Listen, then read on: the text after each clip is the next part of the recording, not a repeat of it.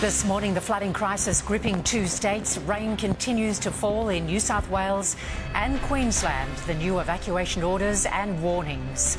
An emotional Prime Minister says he's horrified by new allegations of sexual misconduct in Parliament House, saying women have put up with enough. And great news for AFL fans, with the capacity of Melbourne stadiums to be increased as restrictions ease across the state. This is 7 News with Ann Sanders. Good morning. Tens of thousands of people whose homes are at risk of flooding face another anxious day as the rain continues to fall and floodwaters rise in widespread areas of New South Wales and Queensland. The emergency stretches from Brisbane and the Gold Coast all the way down the New South Wales coast and out to Sydney's west. The crisis is now moving to the south coast of New South Wales, where at least 150 millimetres of rain is expected to fall today. The ADF called in to help. 38 local government areas in the state have been declared natural disaster zones. The damage bill in New South Wales alone exceeds $2 billion and rising. First to the Sydney region, where a new emergency is unfolding this morning. Residents who live along the COLO River to the northwest of Sydney have been told to prepare to leave. With roads out of the river valley already cut by floodwaters, the SES says it's preparing to use boats and helicopters to evacuate people to safety. Amber Laidler has the latest. Good morning. Yes, this evacuation order was issued this morning for the residents living along and adjacent to the COLO River. It's estimated 500 people live in the areas of Upper, Lower and Central COLO, also Weenie Creek. The SES says 200 homes have been impacted and access is difficult, so crews are using boats and helicopters to get those people to safety. The Premier says another 15,000 people may need to be evacuated today, describing the system as catastrophic in its dimensions. The rivers will keep rising. There is massive water flows which are impacting catchments and impacting the height of rivers. And so some of you may be wondering, if it's a sunny day, why you can't go back home. It's because conditions are unsafe for that to occur. Of course, this flooding emergency is being caused by the relentless rain. Another 50 to 100 mils expected to fall across Greater Sydney today, an estimated 200 to 300 across the state's south coast. But it's also being caused by the forced spill from Warragamba Dam. The Prime Minister saying it could continue to spill for another 7 days. The Bureau saying this weather emergency is far from over.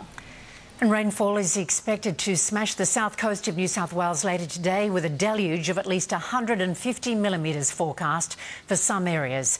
ASHLEA Hansen is at NOWRA. Ash, a huge area is on alert for what could be a disastrous day. Yes, good morning, Anne. That's the very big fear for emergency services, and that's exactly what they're preparing for today. The entire south coast is copping a drenching, and the rain isn't expected to let up today. I'm at NOWRA on the banks of the Shoalhaven River, and already part of the wharf here is underwater. The rain is widespread, and it is set to intensify as the day goes on. Up to 150 millimetres is forecast for some areas, and the Bureau of Meteorology even says there's a chance of up to 300 mils in pockets of the region. The worry is when two weather systems merge in the coming hours, big falls are expected when a coastal and inland trough join forces. The SES is bracing themselves for an extremely busy day, and two ADF rescue helicopters are now in the region ready to respond to any flood rescues. Australian Defence Force resources and assets were requested yesterday. Two aviation assets from NOWRA will be deployed over the course of this operation, and of course a second request to the Australian Defence Force was made last night for the military to provide assistance as quickly as possible for the clean-up effort. One of those helicopters will be based here in Nowra. The other will be based further south at Bega. Both of those aircrafts have winching capabilities. The situation right now is a watch and act situation, but locals are being urged to keep across this developing crisis. And all right, Ash, thank you very much. Good luck to everyone there in Nowra today. A major clean-up effort is underway in Taree this morning. Evacuation orders are still in place and residents are on high alert as rain continues to fall. Isabel Mullen is in Taree. Good morning, Isabel. How's the situation where you are? Well, good morning to you, Anne. We're here on a farm inside Taree. As you can see, there is just a massive amount of damage on this property. We've got a tin roof which has come off one of their sheds. That actually landed against the power line, and it's the only reason the farmer says that it stopped. There is just deluge everywhere.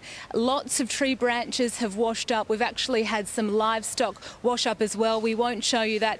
You can probably see just how much water is on the ground. Farmers are dealing with so much. Just on the adjacent property to me now, we had a large bale of hay wash up on a couple of cars. One car in particular was crushed. Nobody has been injured, thankfully, and these farmers are just looking ahead at what is next. We did have a tour of one of the properties here. They took us inside. It was completely gutted. There was mud right throughout the house. They have lost everything, but they are being optimistic. We had a chat to one farmer earlier. Take a listen.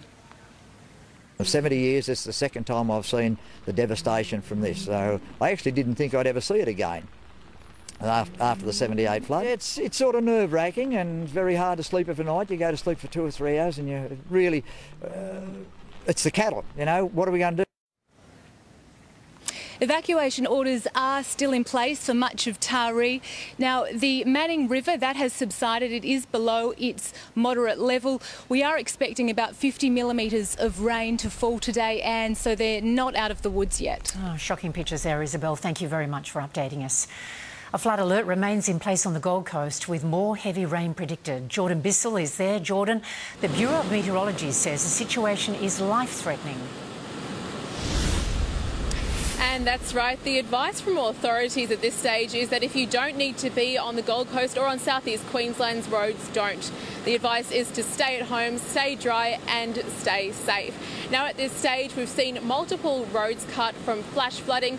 Properties have been turned into inland seas, cut off from their neighbours.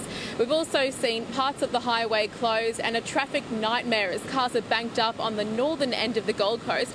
You can see behind me, I'm just in front of the Oxenford Weir. Rain is flooding in from all directions. This is turning into a wide river sort of situation. But as always, the advice from local authorities is that if it's flooded, forget it. All right, thank you for updating us, Jordan Bissell, on the Gold Coast. To other news today, and the Prime Minister has assured the women of Australia he won't let them down as he pledges to stamp out sexist behaviour. A coalition staffer has been sacked over a lewd act in a female MP's office, with others put on notice. Live to political reporter Olivia Leeming in Canberra. Olivia, at times emotional when talking about his family, the Prime Minister has condemned the latest incident as shameful.